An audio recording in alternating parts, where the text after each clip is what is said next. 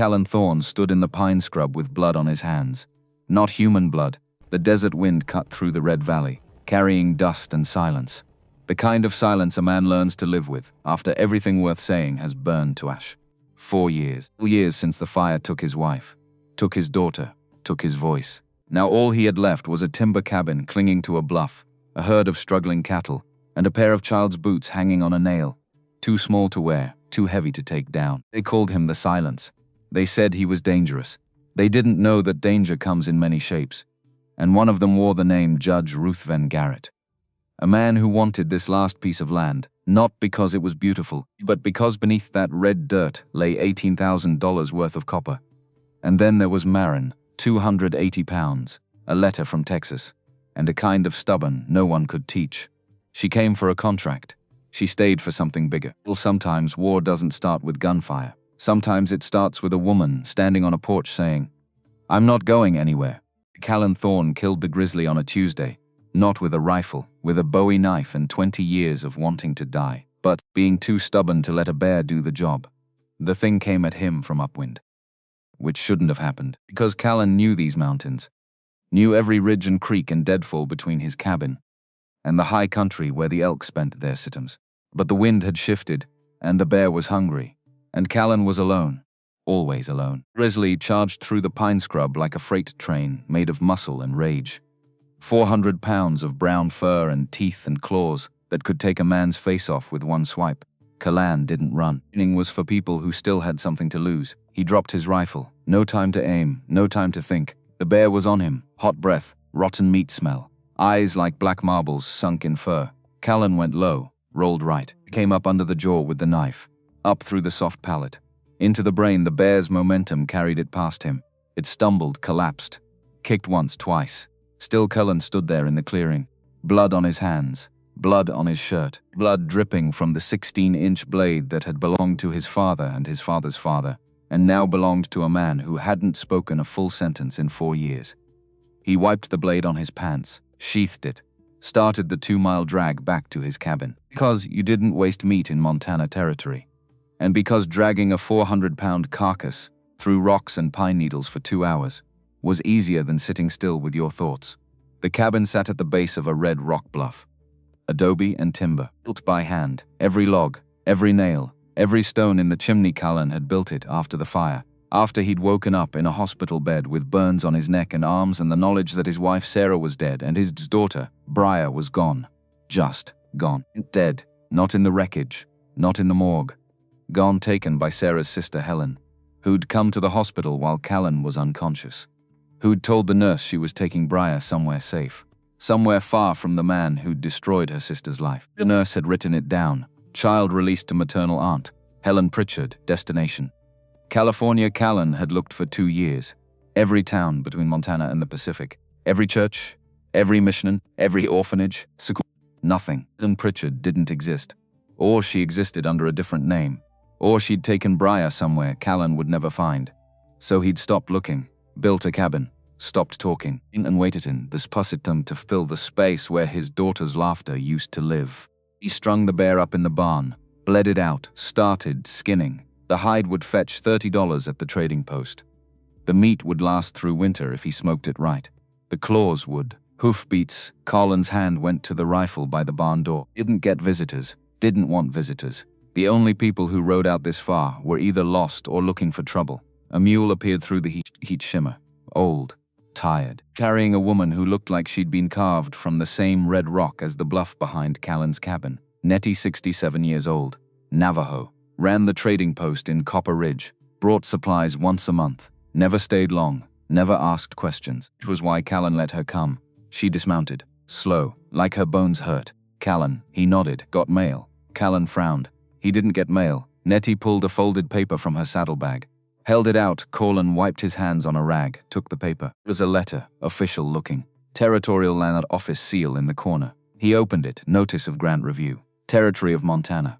Pursuant to the Desert Land Act of 1877, claim of 320 acres designated as Parcel 47B Copper Ridge District is subject to mandatory inspection on September 1, 1877. Proof of sustained improvements and legal marriage required. Failure to comply will result in forfeiture to public auction. Callan, read it twice. Looked at Nettie. September 1st, she said. That's 10 weeks, he knew. You got improvements? He nodded. Pump house, root cellar, barn, fence lines. You got a wife? He didn't nod. Nettie sighed. Thought so. She pulled another paper from her bag. This one smaller. Creased, like it had been folded and unfolded many times. This came to the post 3 weeks ago. For you, Callan took it. It was a letter. Handwritten. Careful script, Mr. Thorne. Name is Maren Blackwell. I am writing in response to your advertisement placed with the marriage broker in Denver. I am 26 years old. I can cook, I can shoot, I can read and write. I am substantial. That is my word. Not yours. If you are still in need of a wife, I am still in need of a place where I am not invisible. If those terms are acceptable, I will come. Write to Frank's Saloon, Ridgeback, Texas. Callan stared at the letter, looked at Nettie. I didn't place an advertisement. You did, Nettie said. Last winter. Used your name. Figured you'd need a wife come summer when the grant inspection rolled around. You can't just. He stopped because his voice sounded like gravel. Like a machine that hadn't been oiled in years. 4 years since he'd spoken more than 2 words at a time. Nettie waited. Callan cleared his throat. You can't just marry me off without asking. I'm asking now. I don't want a wife. You need one. Different thing. Callan looked at the letter again. I am substantial. What kind of woman described herself that way? There's more, Nettie said. Judge Garrett's been sniffing around your land. Nettie pulled a small leather pouch from her bag. Inside, copper ore. Raw and unrefined. These came from the assay office last week. Garrett had your south pasture tested without permission. $18,000 of copper under your feet. Maybe more. She paused. You know what's happening in Montana Territory right now, Callan. Railroad's coming. Butte's booming. Every eastern company wants Montana copper for telegraph wire. For the new electrical systems they're building in San Francisco and Denver. Garrett's not just stealing your land. He's stealing your future. Callan looked at the ore in his palm. And if I sell, he pays you 2,000 and mine's int 18. Then he uses that money to buy the next ranch. And the next. In 5 years, he owns this entire valley. People like me. People like the families at Red Mesa. We disappear. Bought out or burned out or run out. Nettie took the ore back. This isn't just about you, Callan. It's about whether small ranchers survive the copper boom. Or whether men like Garrett turn us all into tenants on our own land. Callan's jaw tightened. Judge Ruthven Garrett, owner of half the businesses in Copper Ridge, owner of the mining company that had torn up every creek bed within 50 miles looking for copper and silver and gold, and father of Ash Garrett, who'd been 17 years old when he knocked an oil lamp into the forge where Callan worked. Who'd frozen, panicked, couldn't move, while Callan ran upstairs to the apartment above the shop, where Sarah and 4-year-old Briar slept. While the fire climbed the walls faster than Callan could carry them down, while the roof came down. Garrett hadn't been in the building when it collapsed, but Callan had, and Sarah and Briar. Except Briar hadn't been found, and Ash Garrett had nightmares so bad his mother left town, and his father started drinking. Judge Garrett blamed Callan for all of it. What's Garrett want? Your land. He can't have it. There's copper under it. Maybe $18,000 worth. Garrett's offering too. No. He's not asking, Callan. He's telling. You don't have improvements and a legal wife by September 1st. He'll buy your land at auction for pennies. And there's nothing you can do about it. Callan looked at the letter in his hand. I am substantial. What do I write back? He asked. Nettie smiled. One word. Come. Maren Blackwell was on her knees, scrubbing vomit off a drunk man's boots, when her sister's fiancé leaned down and whispered, the thing that made her leave Texas forever. Maren, we're taking bets at the card table on whether you'll die alone or just eat yourself to death first. She didn't cry, didn't stand up, didn't throw the rag in his face. She reached into her apron pocket, touched the letter from the marriage broker, a letter matching her with a man the whole territory called the Silence. A scarred mountain man who hadn't spoken a full sentence in 4 years. Everyone said he was dangerous. Nobody asked what made him stop talking. The drunk's name was Lloyd Marsh. Vomited $3 worth of whiskey onto his own boots and 4 feet of Frank Blackwell's saloon floor. Maren was the one on her knees with the rag. She was always the one on her knees with the rag. Somebody get Big Maren another bucket. Lloyd slurred. She's gonna need a horse trough for this mess. The bar laughed. 40 people in the room. Not one of them moved to help. Maren wrung out the rag. Her knuckles were cracked. Raw. The floorboards pressed hard against her kneecaps, 280 pounds of body weight grinding bone into wood. She kept her head down, 16 years of practice. Since the day her mother died, and her father Frank stopped seeing her as a daughter, and started seeing her as free labor. Maren's voice cut from behind the bar. When you're done playing nursemaid, the cider barrels need rotating, and use the side hallway. Lily's entertaining. Lily was always entertaining. Lily was 24, thin as a reed, honey-colored hair, a laugh that made men buy extra rounds. Lily was the daughter Frank introduced to visitors. Maren was the daughter Frank sent through the side hallway. She stood up. Getting up was always the hardest part, not because of the weight, though that was considerable, because every time she rose from the floor she had to decide whether to look at their faces, tone like she looked. Marcus Cole was leaning against the bar with his arm draped over Lily's shoulders. He had thin lips, soft hands that had never lifted anything heavier than a fountain pen. When he saw Maren straighten up, he nudged the man beside him, a slick-haired banker's agent named Caleb Price. "Watch this," Marcus murmured, not bothering to lower his voice. "Hey, Maren, you come over here a second." Maren didn't move. She knew that voice, the voice of a man about to be clever at someone else's expense. "Maren, don't be shy." "I've got good news." Maren set the bucket down, walked over. "I just asked your sister to marry me," Marcus said. She said yes. Something cold moved through Maren's chest, not surprise. Lily had been circling Marcus for months, not jealousy exactly. Something closer to the sound of a lock clicking shut. "Congratulations," Maren said. "Thank you, Maren. Real sweet." Marcus paused, timing his next line for the audience now. "We're planning the wedding for October. Lily wants you to bake the cake. Of course. You're the best baker in the territory. I'd be happy to." "Wonderful." Marcus smiled wider. "Caleb here. Caleb's my best man. He was just saying he needs a date for the wedding. What do you think, Caleb?" Caleb nearly choked on his whiskey. The bar erupted. Men slapped the counter. Someone howled, and Frank's mouth twitched behind his glass. Lily laughed too. A light, tinkling, reflexive laugh. She caught Maren's eye for half a second, and looked away fast, the way you look away from a dog you accidentally kicked. Maren stood there, holding a rag soaked in another man's vomit, while 40 people laughed at the idea that someone might want her. She didn't cry. She'd burned through her lifetime supply of public tears at age 14. Billy Hatcher took a $5 bet to ask her to the harvest dance. Nate walked her halfway across town, before his friends jumped out from behind the feed store. When Billy dropped her arm like it was on fire and said, "Sorry, big girl. Business is business." So no, she didn't cry tonight. She turned around, walked through the side hallway, went to the back room, pumped water over her hands, dried them on a clean cloth, reached above the flour barrel, pulled out the loose board. She took the letter from its hiding place. She'd read it 40 times. She read it again. "Miss Blackwell, I have a match. His name is Callan Thorne. He holds 320 acres of land in Copper Ridge, Montana Territory. Requires a wife to satisfy the terms of a territorial homestead grant. He is not a man of society. He does not write letters. He does not attend church. The people of the territory call him the Silence. He has been alone for 4 years. He asks only that the woman be willing to work and not afraid of quiet. He has accepted your terms. You are to take the stage to Helena, then a freight wagon west to Copper Ridge. He will meet you at the trading post on the 20th of June, Callan Thorne." The silence of Copper Ridge. She'd asked around. Carefully, the stories came easy.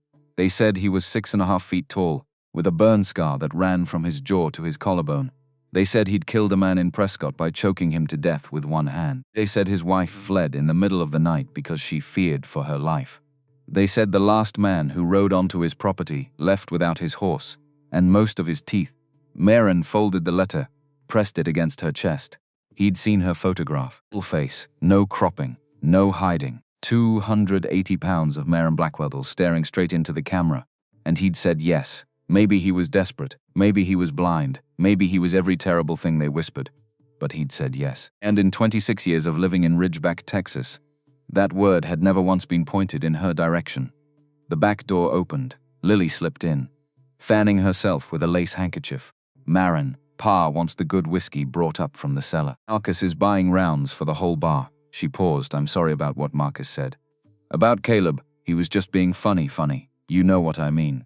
He didn't mean anything by it. He meant exactly what he said, Lily. And you laughed." Lily's face tightened. For 1 second, something old flickered in her eyes. A memory, maybe. of two girls sharing a bed after their mother's funeral, holding hands in the dark. Then it was gone. Don't make this about you tonight, Maren. Please. This is my engagement. Everything is yours, Lily. The engagement. The front room. Maren paused. Attention. I'm not making anything about me. I'm just the one who bakes the cake and uses the side door. Lily opened her mouth, closed it, and she set the handkerchief down on the counter with the careful precision of a woman who'd learned that walking away was easier than looking too closely. The cellar. Maren. The good whiskey. She left. Maren stood alone in the back room. She looked at the letter in her hand. She looked at the door Lily had walked through. She thought about the ledger behind Frank's bar, the one where he tracked every person who worked in the saloon. Last week she'd opened it while sweeping. Under Lily he'd written, Obese, revenue asset. Under Lloyd Marsh, regular, $12 per week. Under the column for Maren there was nothing, no name, no entry, 12 years of work, and she did not exist in her father's books. Put the letter in her apron pocket. She went to the cellar. She carried the whiskey upstairs. She served Marcus's rounds. She smiled. She collected empty glasses. She mopped the floor at midnight. At 1 a.m. she climbed to her attic room, pulled a canvas bag from under the cot. She packed her mother's Bible, a clean dress, the dark green one with the let-out seam, her sewing kit, a bar of lye soap, a pouch of dried herbs, rosemary, sage, yarrow. Her mother had taught her to use them for fever, aches, heartbreak. She sewed her savings into the lining of her corset, $47.30. Every penny earned from pies she'd sold to ranch wives on the side. Money Frank didn't know about. She would wear it against her skin. It was the only safe place she had. At 4 a.m. she carried her bag down the stairs. The saloon was dark. It smelled of whiskey and tobacco, and 1,000 nights just like this one. She crossed the room. She stopped at the bar. Frank's ledger was open. She stared at the blank space where her name should have been. She picked up his pen in the empty column in her own neat handwriting. She wrote Maren Blackwell. Gone. She set the pen down. She walked to the door. Behind her a floorboard creaked. She turned and stood at the bottom of the stairs in his nightshirt. Squinting in the dark. Where do you think you're going? Montana. I'm getting married. For Frank stared at her. Married to who? Callan Thorne. Copper Ridge. The name landed. Frank's face changed. Concern. Recognition. Thorne. The one the silence. The one who killed that man in Prescott. That's him. He'll break you in half, Maren. Maybe. But at least he'll see me when he does it. Frank blinked. For 3 seconds, something passed across his face. Not love, not regret, but something that lived in the same neighborhood. The look of a man who suddenly understood that a piece of furniture he'd walked past every day for 12 years was actually a person. He was leaving. You don't got to do this, he said quietly. Yes, Pa, I really do. She waited. If he said stay, if he said I need you, if he said one single word that proved she was more than a blank column in his ledger, she might have wavered and scratched the back of his neck. Well, he said, take a canteen. It's hot out there. Maren walked out the door. The speed to Helena left at dawn. The driver was a sun-cracked man named Polk. He watched Maren approach. Didn't say a word about her size. He just said, sit on the left, balances the load, 2 other passengers. A preacher in a sweat-stained collar reading Revelations aloud. And his bird-like wife clutching a hatbox. 5 days of dust and heat, and the preacher's wife sighing every time Maren shifted her weight, and the springs groaned. On the 3rd day, the stage hit a rut so deep the left wheels sank to the axles in dried mud. Polk cursed. The preacher prayed. His wife wailed. Everybody out, Polk ordered. We got to push. The preacher pushed. Polk pushed. The wheels didn't move. The preacher's wife stood in the shade of a mesquite tree and fanned herself. Maren walked to the back of the stage. She planted her boots in the dirt, wedged her shoulder against the rear panel, and pushed. 280 pounds of Maren Blackwell shoved against that stagecoach, and the mud sucked and groaned, and the wheels lurched forward and caught the hard ground. Polk stared at her. Preacher stared at her. Physics, Maren said, brushing dirt off her sleeves. Doesn't care who's pushing. Just cares about weight. Nobody complained about the springs for the rest of the ride. Copper Ridge wasn't a town. It was a rumor of a town, a trading post with a tin roof, a corral with 6 scrawny horses and a mule that looked like it had given up on life.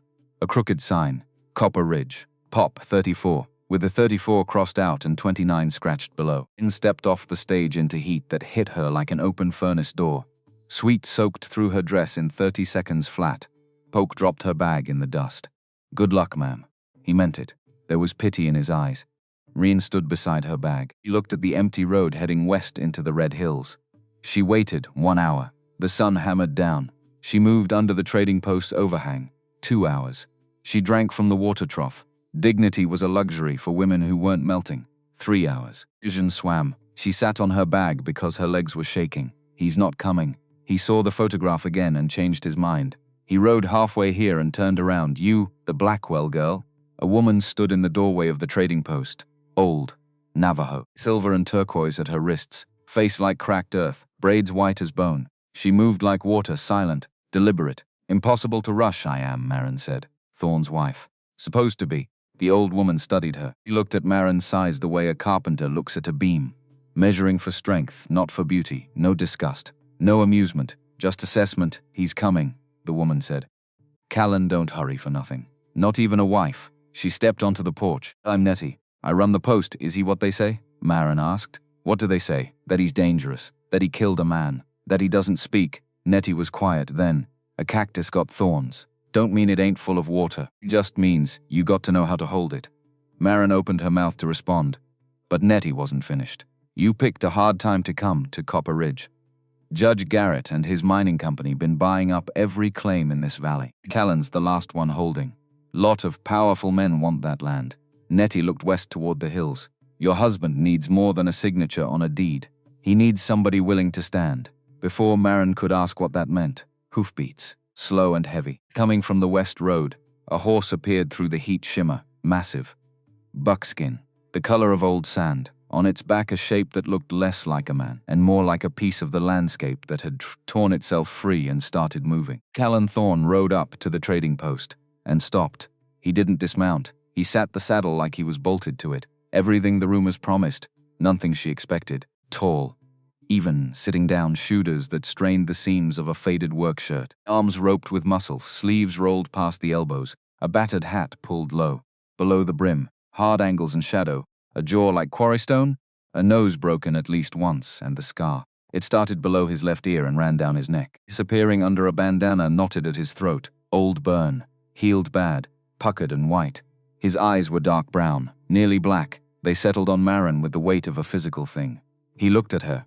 All of her. Maren stood up from her bag. Didn't suck in her stomach. Didn't fix her dress.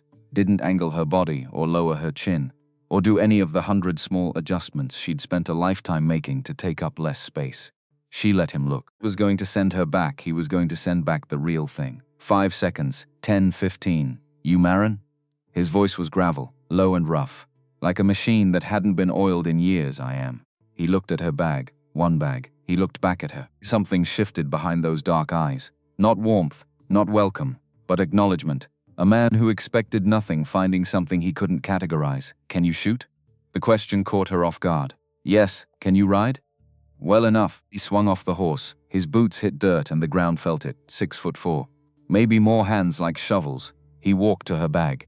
Picked it up one-handed. Lashed it to the back of the saddle. Every movement precise. No wide motion. He turned back at the horse. Looked at her.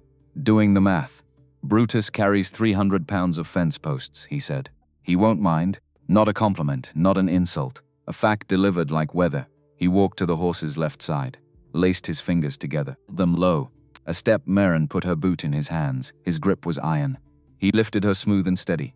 Not a grunt. And she swung into the saddle. For 1 second her hand gripped his shoulder. Beneath the thin shirt. Muscle like braided rope. And heat like a forge. He adjusted the stirrups without being asked. Chucked the cinch strap. Chucked it again. You're walking? Maren said. 3 miles in this heat? He didn't answer. He took the reins and started walking. The horse followed and looked back at Nettie. He checked the cinch twice before he let you up, Nettie called. Just so you know. Miles in silence. Brutal, shimmering silence. Callan's shirt went dark with sweat between the shoulder blades. He walked with a slight hitch in his left stride. Old injury. And he didn't look back once. The ranch rose out of the heat like a mirage. Adobe and timber built into a red rock bluff. A barn. A corral with cattle bunched in the shade. A windmill turning lazy. And on the porch a hound dog so old and bony it looked like a skeleton someone had forgotten to bury. It lifted its head. Tail thumped weakly. Callan helped her down. Same efficient lift. He set her on the ground and stepped back fast, putting distance between them. Like distance was the only thing keeping him safe. Water's on the table. Maren climbed the steps. The dog sniffed her hand. He scratched its ears. That's Biscuit, Callan said. He don't bite. He don't do much of anything. Hello, Biscuit! The tail thumped harder. Callan watched this with an expression she couldn't read. Inside was dark and hot. The thick walls held the worst heat out. A table, 2 chairs, a cook stove, a bed in the corner with a single blanket, a rocking chair by the window buried under a layer of dust, and nothing else. No curtains, no pictures, no color. A place where a man existed but did not live. But Maren noticed something. On the mantel above the cold stove, pushed to the far back corner and turned face down, a small wooden picture frame, and on a nail behind the door, too high for a man to reach accidentally, a pair of child's boots, worn at the toes, scuffed size of Maren's fist. She stared at those boots. She didn't ask. Sleeping, Callan said from the doorway, pointing at the bed. You take it. I got a cot in the barn. Used it before. It's fine, Mr. Thorne. Married on paper for the grant. The words came out rehearsed, mechanical. He'd practiced this on the ride. You cook. You keep the house. Come spring, you want to leave. I pay your fare to Texas. And if I don't want to leave? He blinked. It wasn't in the script. Then you stay, he said slowly, like a man testing ground that might give way. All right. Maren walked to the cook stove. She opened it. Cold ash. She opened the cupboard floor. Salt, lard, baking soda, dried beans, cornmeal. Reached for the stove door to start a fire. Callan moved fast. His hand shot out and caught her wrist, not hard, but sudden. I'll do that, he said. His voice had changed. Tighter. You step back. Maren looked at his face. Something had shifted. The dark eyes were fixed on the stove with an intensity that had nothing to do with cooking. His jaw was locked. A muscle jumped in his cheek. I can light a stove, Mr. Thorne. I said I'll do it. He released her wrist, knelt at the stove. His hand struck the flint. Did he enough? But when the kindling caught, when that first orange flame licked up, his whole body went rigid, just for a second. A held breath, a locked spine.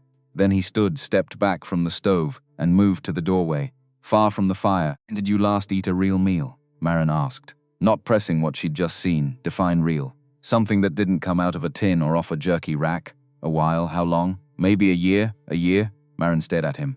You survived, Mr. Thorne. It's not the same as eating. It's kept me alive, barely. By the look of you, she rolled up her sleeves. Show me the well, or get out of my kitchen. Something happened to his face, not a smile. A ghost of something that might have been a smile in a previous life. He pointed to the back door. Wells out back. Pump sticks. Hid it on the left. Cooked cornbread with sage from her mother's pouch. Beans with salt. And the last of an onion she found sprouting in the cupboard. The cabin filled with the smell of something real. Callan stood in the doorway the whole time and crossed the threshold into the kitchen. He stayed where the air moved, away from the heat of the stove. Maren noticed. She filed it away. Sit down, she said when it was ready. He sat. He picked up the fork and held it like he'd forgotten its purpose. Put the plate in front of him. Cornbread, beans, water. Callan looked at the food. He looked at her. He closed his eyes just for a second. A breath held and released. And when he opened them, they were wet. He blinked it away fast, but Maren saw. Ate without speaking. Scraped the plate clean with the edge of the cornbread. Sat very still when he finished. More? He nodded. She refilled the plate. He ate that too. When he was done, he carried his plate to the basin. He washed it carefully, slowly, like it was something worth protecting. Then he turned to her. The rocking chair by the window. It was my mother's. Brought it from Missouri. He paused. You can use it. He put on his hat. He walked to the door. He stopped with his hand on the frame. Good night, Maren. First time he said her name without it being a question. Just her name, spoken into the warm air like a word he was relearning. Good night, Callan. He left. Shrine door closed soft. Boots across the porch. Barn door creak. Silence. Maren sat in the rocking chair. It held her weight without a sound. Well made. Built by someone who understood that things carry more than they show. She ran her hand along the worn armrest. Biscuit padded over. Laid his old head on her knee. Maren looked at the empty cabin. The walls with no pictures. The overturned frame on the mantel.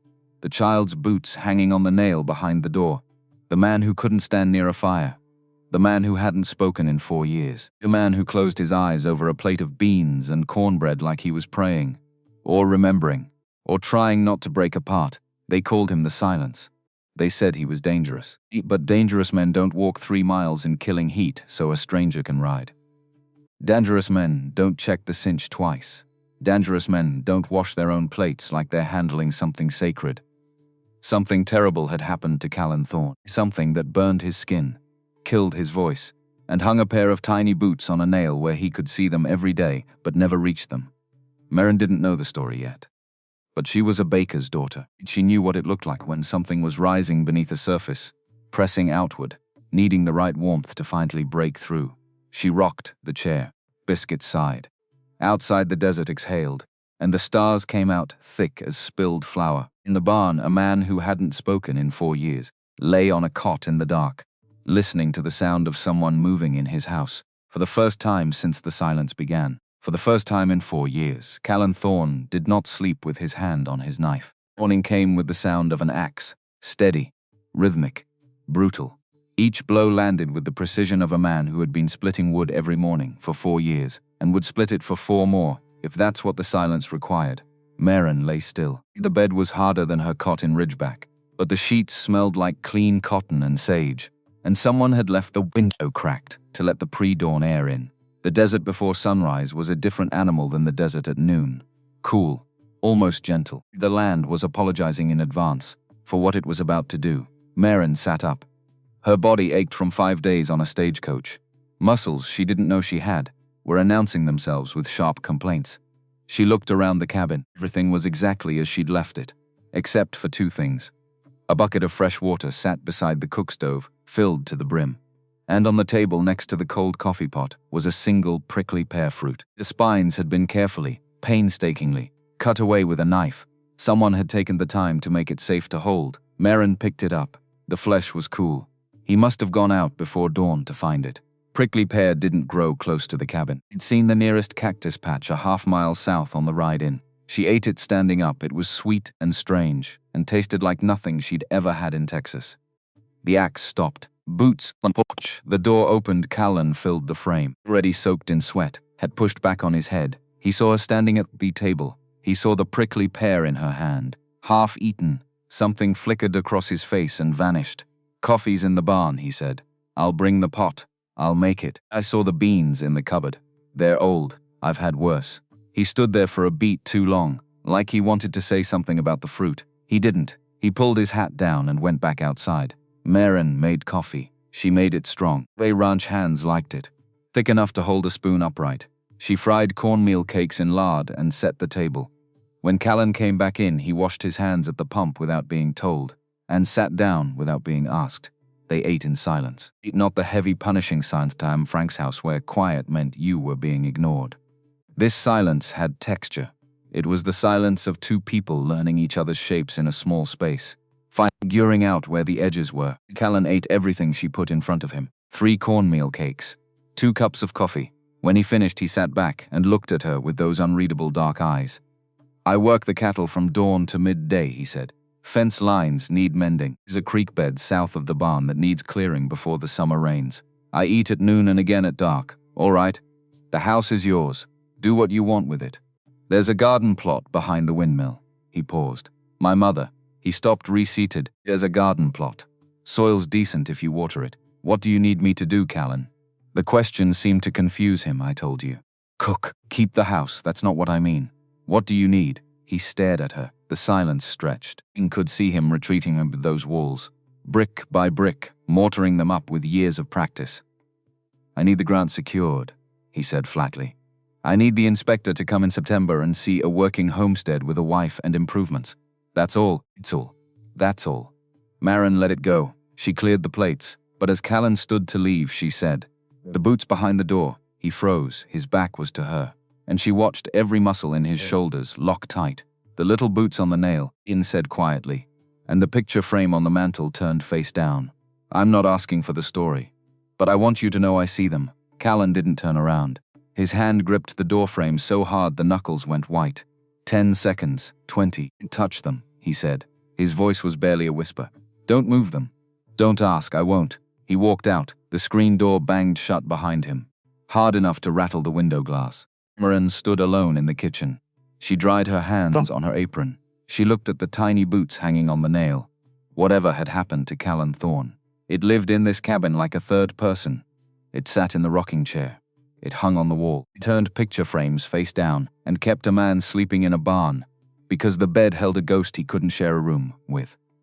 She got to work. Not because he'd asked her to, but because work was the only language she'd ever been fluent in. Now she needed to speak. The cabin needed everything. She swept the floors, scrubbed the table, cleaned the windows until actual sunlight came through, instead of a grey suggestion of it. She found the garden plot behind the windmill, dry and neglected, but the soil was dark beneath the crust. She hauled water from the well in buckets, 6 trips, her arms burning, her dress soaked through with sweat. She planted the sage and rosemary from her mother's herb pouch, small green things in all that red dirt. It looked ridiculous. It looked like hope. By midday the heat was murderous. Maren sat on the porch in the thin shade, drinking water, her face flushed, her legs shaking. Biscuit lay at her feet, too hot to move. The land shimmered and danced in every direction. Trees, no shade, just sun and rock and silence. A rider appeared on the north road. Maren stood up. It wasn't Callan. Callan was south, working the fence line. This rider was coming from the direction of Copper Ridge, and he was moving fast. Maren rode up to the porch on a well-groomed chestnut mare that looked too expensive for this territory. He wore a grey suit, clean and pressed, and a hat that had never seen a day's work. His face was smooth, well-fed. A politician's smile that showed teeth without showing anything behind them. He didn't dismount. He looked down at Maren from the saddle, the way a man looks at a piece of furniture he's deciding whether to buy. Well, the man said. So the rumor is true. Thorne actually got himself a wife. Maren wiped her hands on her apron. Can I help you? You can indeed, ma'am. I'm looking for your husband. He tipped his hat. A practiced gesture. Name's Declan Rourke. Ride for Judge Ruthven Garrett. The judge owns the Copper Basin Mining Company and a good deal of the land surrounding this property. Mr. Thorne isn't here. I can see that. Rourke looked around the property slowly, taking inventory, the cattle, the barn, windmill, the new wet patches in the garden where Maren had just watered. The judge wanted me to deliver a message. Friendly like, I'm listening. Rourke reached into his coat and produced a folded paper. He leaned down and held it out. Maren took it. Territorial homestead grant requires proof of sustained improvements. By September 1st, Rourke recited, clearly repeating words that weren't his. That means more than a cabin and a few head of cattle. The judge wants Mr. Thorne to know that if the claim doesn't meet the standard, the land reverts to public auction. And the judge will be bidding. Maren unfolded the paper. Legal language, dense and deliberate. But the meaning was clear. Callan had until September to prove this ranch was a real functioning homestead, or he would lose it. The judge also wants you to know, Rourke continued, that he's prepared to make a fair offer. $2,000 for the full 320 acres. That's generous, ma'am. More than generous for land this dry. And if my husband says no? Rourke's smile thinned. The judge is a patient man, ma'am. But patience has a season, and September comes whether you're ready or not. He tipped his hat again. Welcome to Copper Ridge, Mrs. Thorne. He turned the horse and rode north. Maren watched him until the heat shimmer swallowed him. Then she looked down at the paper in her hands. $2,000 for 320 acres that sat on top of what Nettie said was $18,000 worth of copper. It wasn't generous. It was robbery dressed in a suit. She folded the paper, put it in her apron pocket, next to the place where the marriage broker's letter used to live. Callan came back at noon, leading Brutus by the reins. He was caked in dust and sweat, a coil of barbed wire over one shoulder. He saw Maren's face and stopped. What happened? A man came. Declan Rourke. Said he rides for Judge Garrett. Something dark moved through Callan's eyes. Not the panic she'd seen last night near the stove. Something colder. Something that lived deeper. What did he want? Maren handed him the paper. Callan read it. His jaw worked. The paper crumpled slowly in his fist. He'd been circling this land for 2 years, Callan said. Every rancher in the valley sold to him. Peterson, the McRaes, old Charlie Vale. I'm the last one. Why won't you sell? Callan looked at the cabin, at the barn, the garden where Maren's herbs were already wilting in the noon sun. Because I built this with my hands, he said. Every wall. Every fence post. He stopped. Because what? Because it's the last place she knew I was. The words hung in the heat between them. Callan understood immediately. Not his dead wife, his daughter. If the girl ever came looking for her father, this was the only address she'd have. This ranch wasn't just land. It was a lighthouse. A signal fire for a child who might never come home. You don't sell, Maren said. Callan looked at her. Really looked. For the first time since she'd arrived, his eyes weren't guarded or distant. They were raw and startled. And something else. Something that might have been gratitude if he remembered what that felt like. The inspection is September 1st, he said. We need a working well with a pump house, a root cellar. And the south fence needs 3 miles of new wire. I can't do it alone. You're not alone. This is hard labor in this heat. Men, twice your. He caught himself. Stop, twice my what, Callan? I just meant the heat is dangerous. I pushed a stagecoach out of a mud rut 2 days ago. By myself. He carried 40-pound flour sacks up 3 flights of stairs every week for 12 years. I am not fragile. I am not decorative. And I am not going back to Texas. So tell me what needs doing and let me do it. Callan stared at her for a long moment. The corner of his mouth moved. Not a smile. But the place where a smile would go if it ever found its way home. The well pump needs a new housing, he said. I'll cut the lumber. You hold the frame while I nail it. I can do that. I know you can. 3 words. Delivered flat. Without ceremony. But Maren felt them land somewhere deep in her chest and take root. Like sage in dry soil. Worked through the afternoon, Callan cut boards. Maren held them steady. Her arms ached. Sweat ran into her eyes and stung. The sun beat down like a punishment. But they found a rhythm. The same way 2 instruments find a key. Not by discussing it, by listening. He handed her tools before she asked. She passed him nails without being told. When she strained to hold a beam overhead and her arms started shaking, he didn't take it from her. He moved closer, braced it with his shoulder, reaching the weight without a word. Once, reaching for her, their hands touched. Callan pulled back like he'd grabbed a hot stove. Maren pretended not to notice. At dusk, the pump house frame stood solid against the orange sky. Crude but strong. Maren sat on the porch steps, every muscle screaming. Drinking water from a tin cup, Callan sat on the bottom step. 3 feet between them, Biscuit lay in the dirt. Twitching in a dream. Garrett won't stop with a letter, Callan said. Not looking at her. I know, he's bought the sheriff, bought the assayer's office, probably bought the territorial inspector too. If the inspection goes wrong, he takes the land legal. No guns. No fight. Just paper. Then we make sure the inspection goes right. Callan turned the tin cup in his hands. You should know what you're standing in the middle of, Maren. This isn't just a homestead. There's copper under this dirt. A vein that runs from my south pasture all the way to the creek bed. Garrett knows it. Why $2,000 for 320 acres? The copper alone is worth 18. Maren let that number sit. $18,000. More money than she'd see in 10 lifetimes. Does he know you know? Doesn't matter what I know.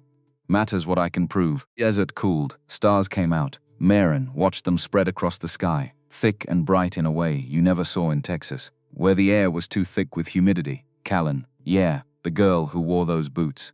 How old would she be now? His whole body went still. The tin cup stopped turning in his hands. 5 seconds, 10. Maren waited. She didn't push. She just sat there 3 feet away. Solid and patient and not going anywhere. 8, Callan said finally. His voice was almost gone. She'd be 8 this October. What's her name? Briar. The word came out like it cost him something precious. Like he'd been holding it in a locked room for 4 years, and the hinges had rusted shut. And saying it aloud was an act of physical strength. Briar, Maren repeated softly. That's a beautiful name. Callan stood up fast. He walked to the edge of the porch and stood with his back to her. One hand on the post, his shoulders rising and falling with deep controlled breaths. The breathing of a man who has taught himself not to break. Her mother took her, he said to the dark, 4 years ago, while I was in the hospital from the fire. I woke up and they were gone. A note on the pillow. Sarah's sister, Helen. Took Briar. Took everything. Did you look for them? For 2 years. Every town, between here and California. Road camp, every church registry. Nothing. It's like they walked into smoke. Sarah. Maren said she didn't know how she knew the name. Maybe Nettie had mentioned it. Maybe it was written in the way Callan avoided saying it.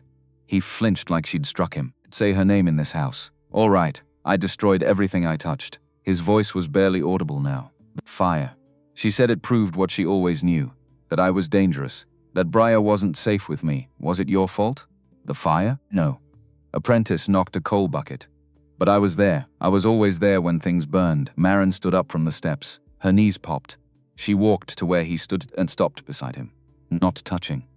Just close. You're not dangerous, Callan. You don't know that. I know you walked 3 miles in heat that could kill a man so I could ride a horse.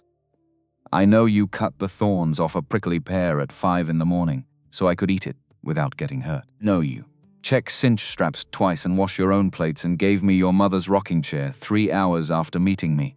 She paused. Dangerous men don't do those things. Callan turned his head. In the starlight, his eyes were wet. He didn't blink it away this time. I didn't want a wife, Maren. I know. I needed a name on a deed. I know that too.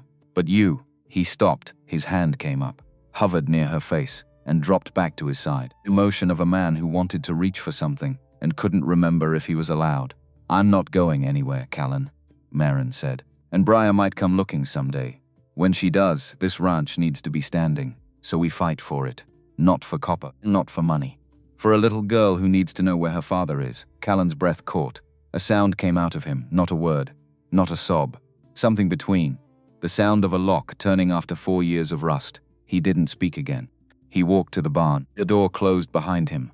Maren stood on the porch alone, biscuit pressed against her leg. She looked out at the dark desert, the impossible stars. The red land that wanted to swallow everything that dared to grow on it. She put her hand in her apron pocket. Her fingers touched the folded legal paper from Judge Garrett. She thought about Frank's ledger with no entry for her name. She thought about Lily's side door. She thought about 40 people laughing in a saloon while she knelt on the floor. And she thought about a man who cut thorns off cactus fruit at dawn. A man who said, "I know you can," like it was the simplest truth in the world. A man with a daughter's boots hanging on a nail he could see every day but never reach. Maren squared her shoulders. The porch boards held firm beneath her. September 1st, 10 weeks, a well, a root cellar, 3 miles of fence, and a judge who wanted them gone. She'd spent 26 years being invisible. She'd spent 26 years taking up space that nobody wanted her to fill. Now she had a ranch to save, a man to stand beside, and a little girl's ghost to keep the light on for. For the first time in her life, Maren Blackwell was exactly where her weight was needed. 4 weeks they worked, 4 weeks of heat that pressed down on the land like a boot on a throat. And Maren and Callan Thorne built like the devil himself was counting the days. Because he was. His name was Judge Ruthven Garrett, and he owned a calendar. The well pump house went up first, then the root cellar. Maren dug the foundation with a pickaxe, and a fury that startled even herself. The first day she broke 2 blisters into bleeding sores and kept swinging. The second day she couldn't close her hands around a coffee cup. The third day calluses started forming. Thick and yellow, and the pickaxe felt lighter.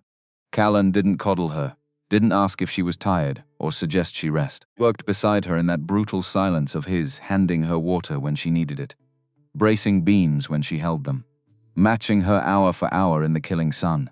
But Maren noticed things. She noticed that he always positioned himself between her and the direct sun, so his shadow fell across her hands while she worked. She noticed that he sharpened her tools at night so they'd cut cleaner the next morning. She noticed that every day, without fail, prickly pear fruit appeared on the kitchen table with its thorns cut away. He never mentioned the fruit. She never thanked him. It became a language between them, a conversation conducted entirely in cactus and silence. The fence was the worst of it. Miles of barbed wire through rocky terrain in August heat. Callan drove the posts. Maren stretched the wire. The first time the barbs tore through her gloves and ripped a gash across her palm. She hissed through her teeth and kept pulling. Callan heard the hiss. He walked over, took her hand, looked at the cut. His fingers were enormous around hers. He held her hand the way you hold a bird that's flown into a window. Firm but careful, like he was afraid of breaking something without meaning to. Need to wrap that. I need to finish this line, Maren. I've bled before, Callan. It's not fatal. He looked at her, that long, heavy look she was starting to recognize. The look of a man recalibrating something he'd been certain about. He pulled the bandana from his neck. The scar was fully exposed now, angry and white in the sunlight, running from below his ear to his collarbone. He wrapped her hand with quick, practiced movements, tight enough to stop the bleeding, gentle enough that she felt the restraint in his fingers, the conscious effort not to grip too hard. "Thank you," she said. He dropped her hand and walked back to the fence posts without a word. But the bandana smelled like him, cedar and sweat and something underneath, something warm that had no name. Kitty came up from Copper Ridge every few days on her old mule, bringing supplies and news. She'd sit on the porch with Maren, drinking sage tea. Watching Callan work the far pasture. Judge Garrett hired 2 new men last week, Nettie said one afternoon. Brought them in from Tucson. Hard men. Not cowboys. What does he need gunmen for? Same thing every man with too much money needs gunmen for. To make sure people who say no start saying yes. Maren looked at the legal paper she'd pinned to the kitchen wall. September 1st, 6 weeks away, Nettie. You said every rancher in the valley sold to Garrett. Why? Nettie sipped her tea. Peterson's barn burned. Middle of the night. Lost his whole hay crop. Sold the next week. The McRaes found their water poisoned. 3 dead cattle in one morning. Sold by Friday. Nettie paused. Old Charlie Vale. He was stubborn. Held out the longest. She set her cup down. They found him at the bottom of Sycamore Canyon. Horse came back without a rider. Sheriff called it an accident. No one said anything. People say plenty, Maren. But saying and doing live in different houses. Garrett owns the sheriff. Owns the assayer. Owns half the territorial legislature. Who you going to tell? Maren stared at the hills. So we're next. Be next since the day Callan refused the first offer. Only thing kept Garrett from moving sooner was Callan himself. Even Garrett's gunmen don't want to ride up on a man like Callan Thorne. Nettie looked at Maren. But now there's a wife. Now there's something to lose. You think they'll come for me? I think a man who won't bend for himself will bend for someone he cares about. And Garrett knows that. Callan doesn't care about me. I'm a name on a deed. Nettie smiled. Kind of smile old women give young ones when they're being foolish, child. That man has cut the thorns off a prickly pear every morning for 4 weeks. He ain't done that for a deed. Maren didn't answer. She watched Callan in the far pasture, a dark shape against the white sky, driving fence posts into the earth with a fury that looked like it could split the world in half. That night the trouble started. Maren was in the root cellar, stacking mason jars of preserved beans on the new shelves Callan had built when she heard Biscuit bark. Biscuit never barked. The dog was too old and too tired to bark at anything short of the second coming. She climbed out of the cellar. The sun was almost down. Callan was at the corral brushing Brutus. He'd heard it too. He was standing still, the brush frozen in his hand, his head tilted, listening, hoofbeats. More than one horse. Coming fast from the north, Callan dropped the brush. He walked into the barn and came out carrying his Winchester rifle. Moved around into the chamber with a sound that carried across the whole property. Get inside, he said, Callan. Inside. Now, Maren went to the porch, but didn't go in. She stood behind the post, watching. 3 riders came over the rise. 2 of them were strangers, hard-faced men in dusters, riding fast. The third was Declan Rourke in his grey suit, hanging back. Always hanging back, the man who delivered messages but never threw the punch. The 2 riders pulled up 30 yards from the corral. One of them, a broad man with a flattened nose and a tobacco-stained mustache, grinned at Callan. Evening, Thorne. Judge Garrett sends his regards. Callan didn't speak. He stood with the rifle across his chest. Not aimed. Not lowered, Riddy. Name's Cormac Rook, the broad man said. This is my associate, Pike. We're just here to survey the property line. Judge thinks there might be an encroachment on his mineral rights. There's no encroachment, Callan said. The property line's been surveyed twice. Get off my land. Luke's grin widened. Now that ain't neighborly. We rode a long way in this heat. He looked past Callan toward the porch. His eyes found Maren. Well now. Heard you sent away for a mail-order bride, Thorne. Looks like you ordered the family-size portion. Laughed. A hyena sound. High and sharp, Maren waited for the rage. She waited for Callan to roar, to charge, to swing that rifle like a club. She'd heard the stories, the silence of Copper Ridge, the man who choked a trespasser half to death. Callan didn't move. His face didn't change. He stood absolutely still. And he looked at Cormac Rook with those dark eyes that held nothing at all. No anger, no fear.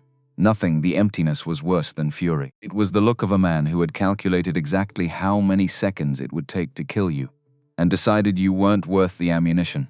You have 10 seconds, Callan said. The grin slipped off Rook's face. He looked at Pike. Pike had stopped laughing. Garrett wants an answer. By end of week, Rook said. The bravado thinning. 2,000 for the lot. Final offer. You have 5 seconds. Rook reined his horse around.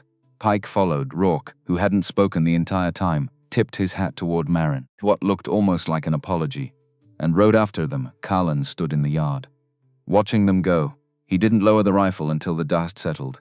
Then he turned to Maren. I told you to go inside. You did. You didn't listen. I didn't. He stared at her. You're going to be a problem. I'm going to be a lot of things, Callan. A problem is the least of them. He almost smiled. She saw the muscles in his jaw fight it. He lost. It was the first time she'd seen anything close to a smile on Callan Thorne's face. And it lasted less than a second, but it cracked something open. A door she hadn't known was there. He'll come back, he said. I know. Not with words next time. I know that too. Callan leaned the rifle against the porch rail. He sat on the steps. The sun was gone. The first stars were appearing. He rubbed his face with both hands, and he dropped them. He looked older, tired in a way that sleep couldn't fix. I'm putting you in danger, he said. Every day you're here, Garrett has a target he didn't have before. I should send you back. You should try, Maren. I'm serious. So am I. She sat down beside him, closer than usual. Close enough that their arms almost touched. I left Ridgeback because I was invisible. Because my father kept a ledger with every name in his business except mine. Because my sister asked me to use the side door so her fiancé's friends wouldn't see me. She paused. I came here to exist, Callan. To take up space in a world that told me I took up too much. You don't get to send me away because it's safer. Safe is the attic room in my father's saloon. Safe is keeping my head down and scrubbing vomit off strangers' boots. I didn't marry a man they call the science because I wanted safe. Why did you marry me? The question landed between them like a struck match. Because you said yes, Maren said simply. And because nobody else ever has. Callan turned to look at her. In the starlight, his scar was a white river down his neck, and his eyes held something she hadn't seen before. Not gratitude, not pity. Inching hotter and more frightened than either.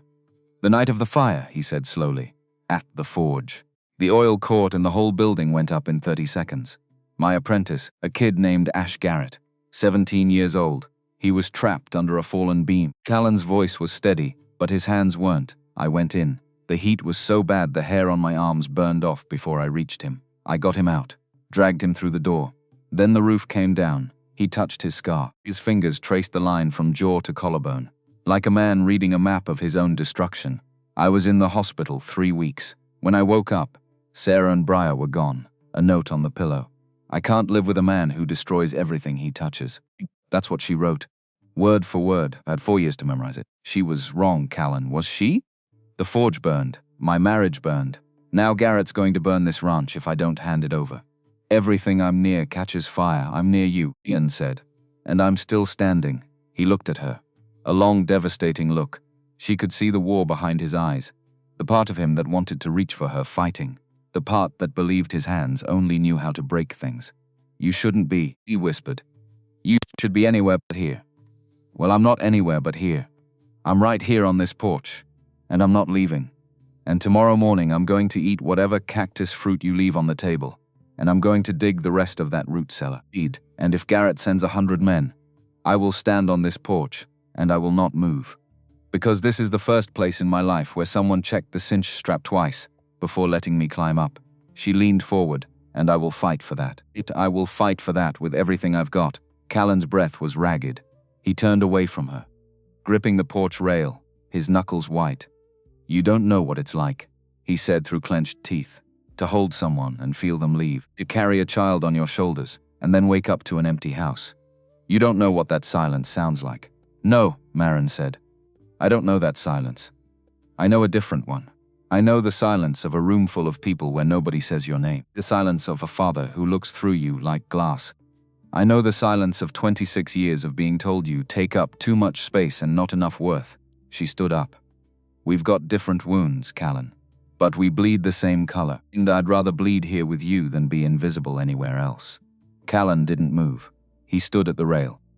Breathing the desert wind moved through the property, hot and dry, carrying the smell of sage and dust, and the faint mineral tang of copper buried deep in the earth beneath them. Then he did something he hadn't done since she'd arrived. He turned around and looked at her without the walls. No guard. No distance. All practiced emptiness. Just Callan raw and broken and terrified and alive. I hear her sometimes, he said. Briar. Laughing, in the barn, in the pasture. I turn around and there's nothing there. Keep those boots on the nail because if I put them away it means she's gone. And I can't. His voice cracked. I can't put them away, Maren. Maren stepped forward. She took his hand. His fingers were stiff, curled. Resisting, she held on. She didn't pull him toward her. Didn't try to hug him or soothe him. She just held his hand. 280 pounds of Maren Blackwell planted on that porch like an anchor in a storm. Then we don't put them away, she said. We leave them right where they are. Keep the light on. Callan looked down at her hand wrapped around his fingers slowly uncurled. He didn't squeeze back. Not yet, but he stopped pulling away. They stood on the porch in the dark, holding hands like two people on the edge of a cliff who just realized the ground was still under their feet. In the barn, Biscuit howled once at the moon. Long and mournful and oddly beautiful. The windmill creaked. The stars burned. Somewhere north, Judge Ruthven Garrett sat in his office in Copper Ridge. looking at a map with one unmarked parcel on it, the last piece of a puzzle he intended to complete by any means necessary. And somewhere far away, in a town neither Maren nor Callan could name, a girl of 8 with her father's dark eyes was asking a question that no one around her wanted to answer. "Where is my papa?" Cellar was finished on a Thursday. Maren stood at the bottom of the 8-foot hole, covered in red dirt, her dress ruined, her arms shaking. And she laughed. She couldn't help it. The sound bounced off the packed earth walls and came back to her. Strange and unfamiliar. She hadn't laughed in so long she'd forgotten the shape of it in her mouth. Callan appeared at the rim, looking down at her. Sweat dripping off his jaw, dirt in his beard. What's funny? Nothing. Everything. He just dug a hole big enough to bury a horse. And I'm standing in it, laughing like a crazy woman. "You are a crazy woman. You married me." Callan looked at her. He was silhouetted against the white sky, big enough to block out half the sun. And he had made a joke, Callan Thorne. The silence of Copper Ridge. The man who hadn't spoken in 4 years had made a joke. "Did you just make a joke?" "No, you did. I heard it. You heard wrong. Get out of the hole." He reached down. She grabbed his forearm. He pulled her out one-handed.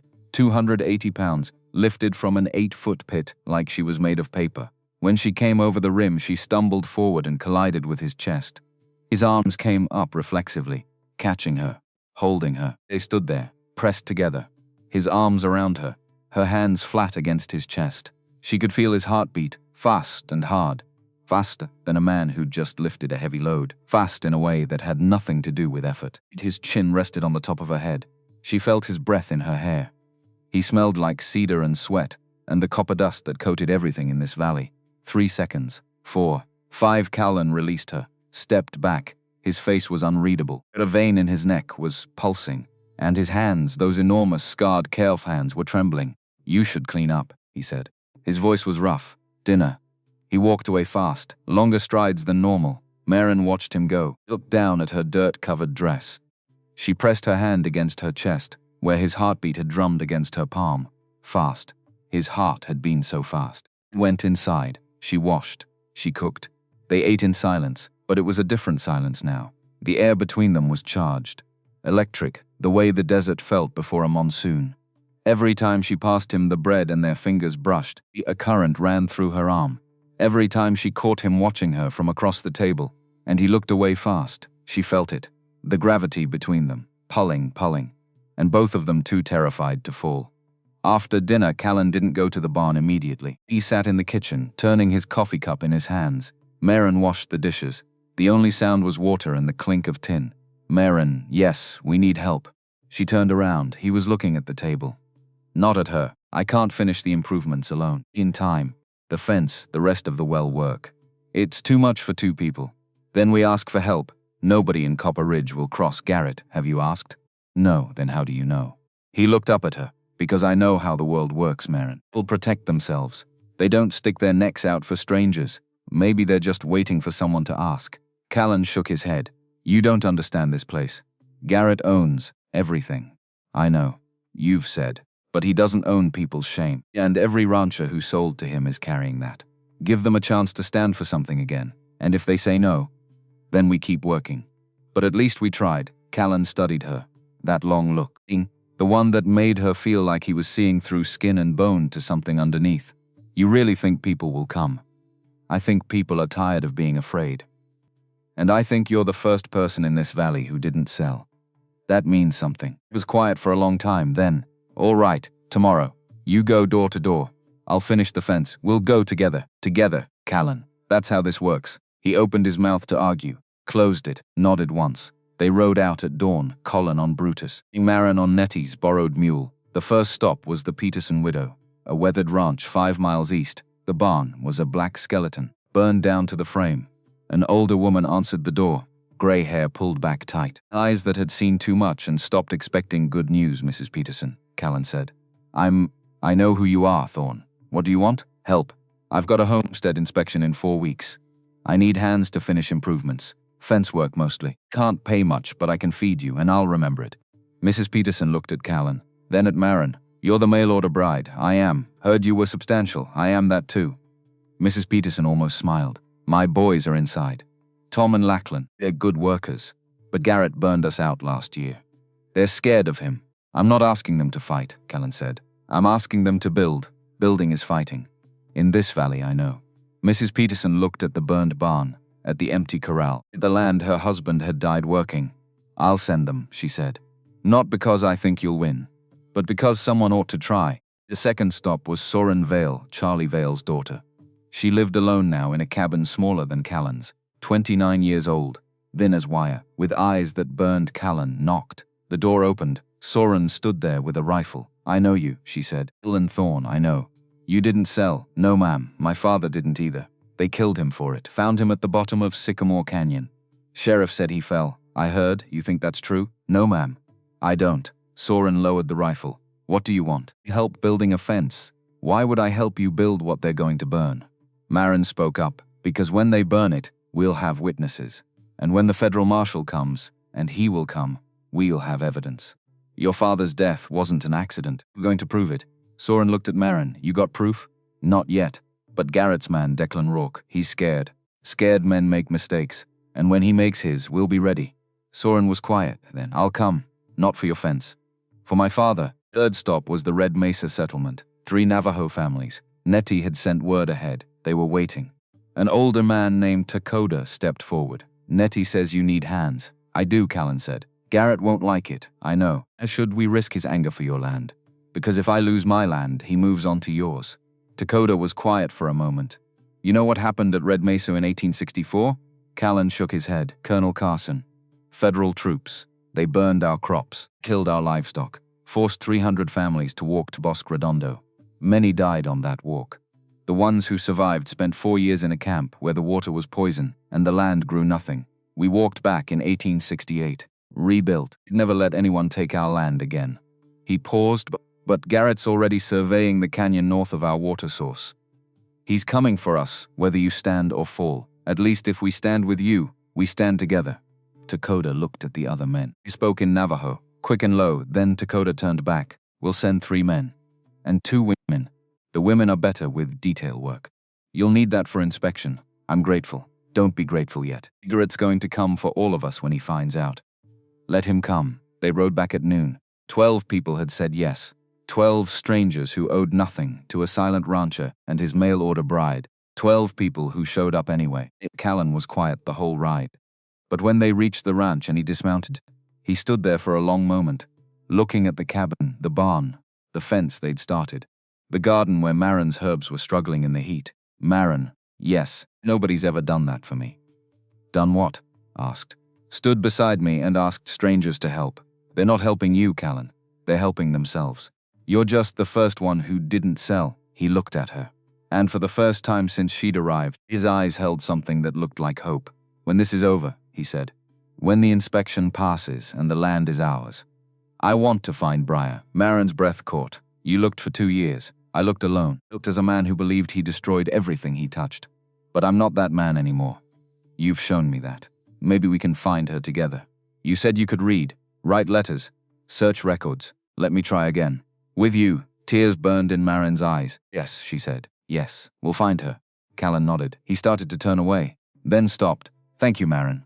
For what? For standing. He walked to the barn, but this time he left the door open. It came at dawn. The Peterson boys, Tom and Lachlan, 25 and 23, rangy and strong with their father's stubborn jaw. Soren Vale with a tool belt and anger that could power a forge. 3 men from Red Mesa, Takoda, Alan, and Neshoba, moving like water over stone. 2 women, Ayana and Liluye, sharp-eyed and efficient, and Nettie on her old mule, carrying nothing but a pot of coffee and the authority of a woman who had survived everything the desert could throw at her. 12 people. 12 strangers who showed up anyway. Callan stood on the porch and watched them arrive. His face was stone, but his eyes were moving, counting, disbelieving. Maren stood beside him. She put her hand on his arm. You're not alone anymore, she said. Get used to it. Callan looked at the people in his yard. He looked at Maren. He stepped off the porch and walked toward Tom Peterson. He extended his hand. Thank you, Callan said. His voice cracked on the second word. For coming. Tom shook it. I would have come. So here I am. They worked. 12 people in the desert and a deadline. Colin drove posts. Tom and Lachlan ran the wire. The Red Mesa men dug holes with a speed that made Maren's weeks of pickaxe work look like child's play. Len, and the Navajo women reinforced the root cellar and built a proper door for it.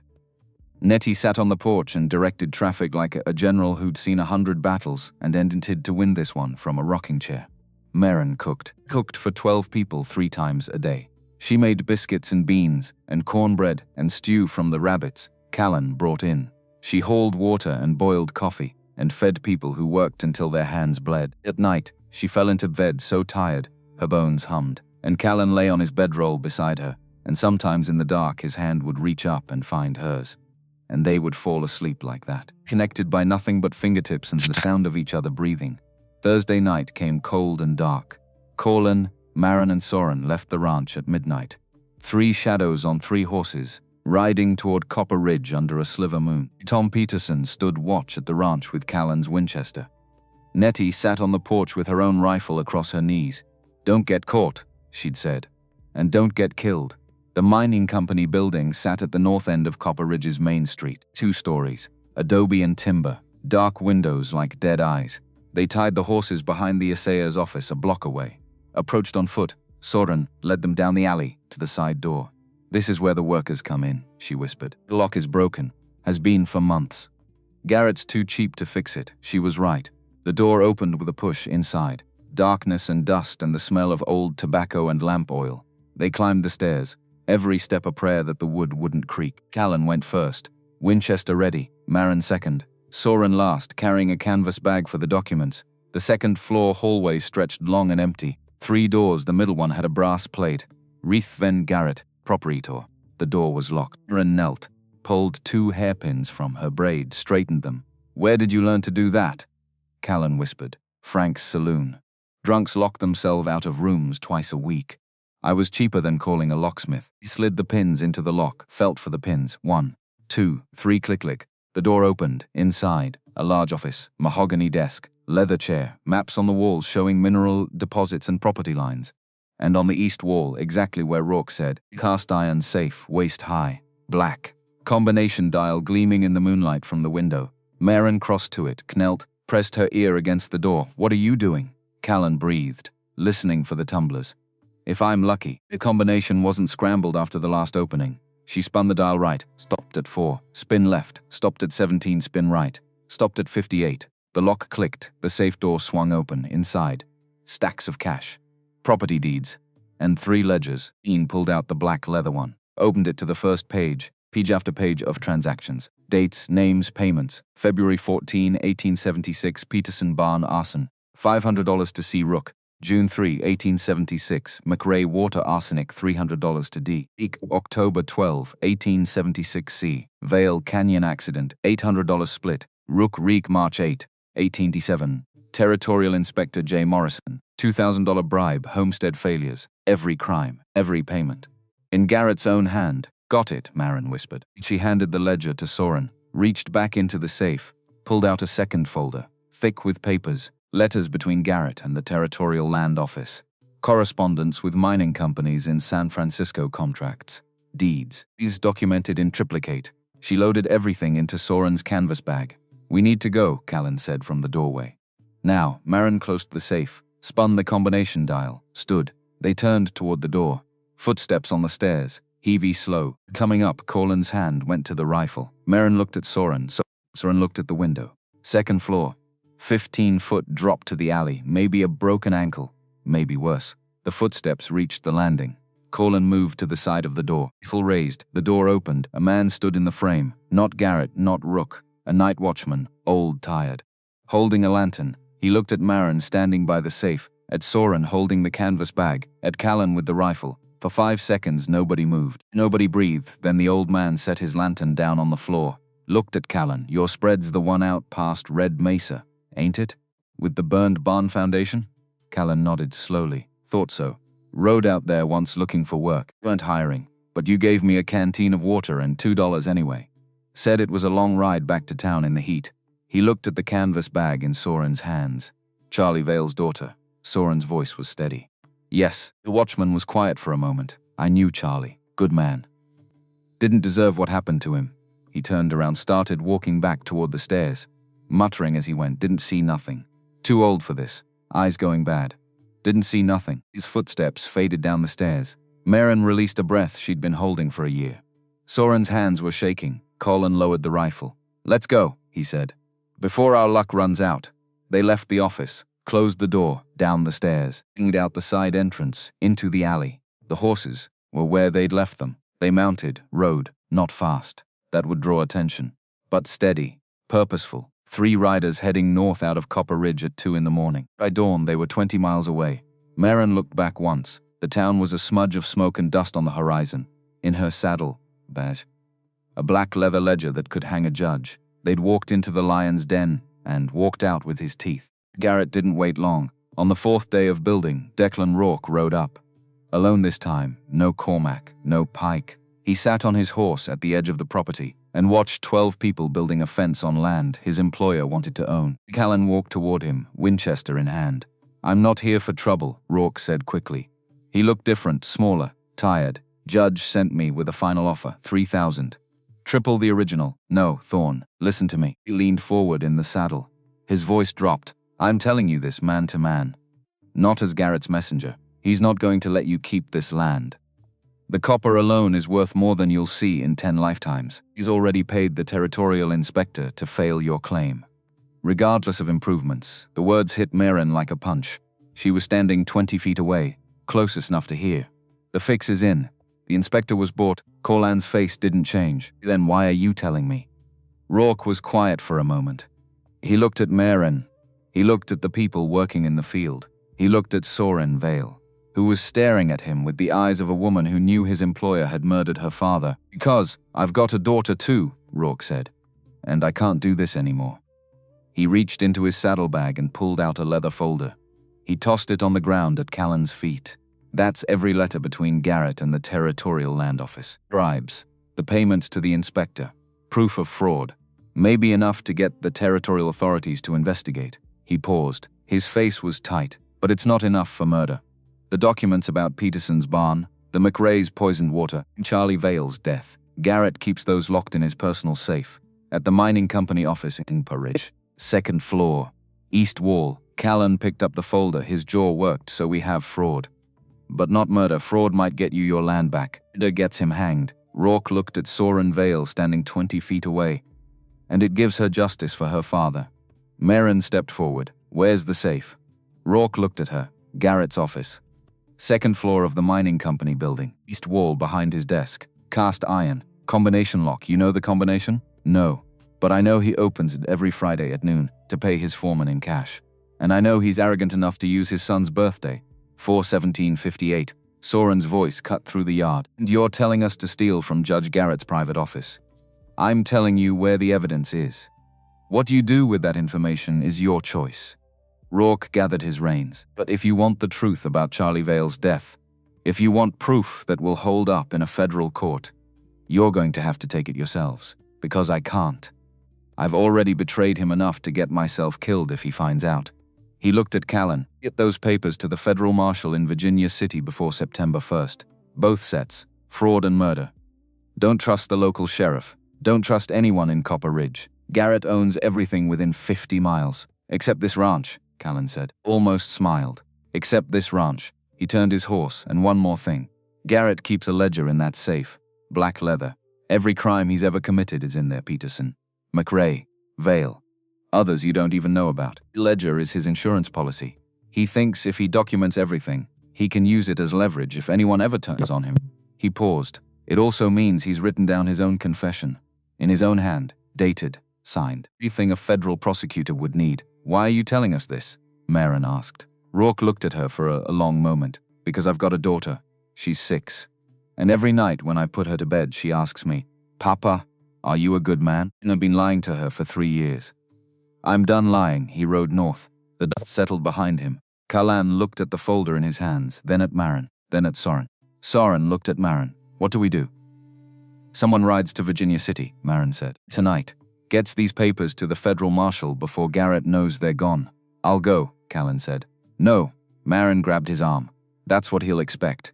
If Garrett sends riders, they'll be looking for you on the road. 6'4" man on a buckskin horse isn't exactly invisible." "Then who?" Maren looked at Soren. Soren looked back. 2 women. One who'd been invisible her whole life. One who'd been grieving for 3 years. "We go." Maren said. Soren and me. His mule and a spare horse. 2 women on the road won't draw attention. Nobody looks twice at women. Callan's face went dark. Absolutely not. I am not sending my wife down a mountain road in the dark with killers between here and Virginia City. You're not sending me. I'm going. There's a difference. The difference is you'll be dead if Rook catches you.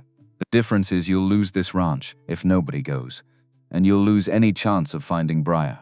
And Soren will never get justice for her father. Every person in that field will go back to being afraid. Maren stepped closer.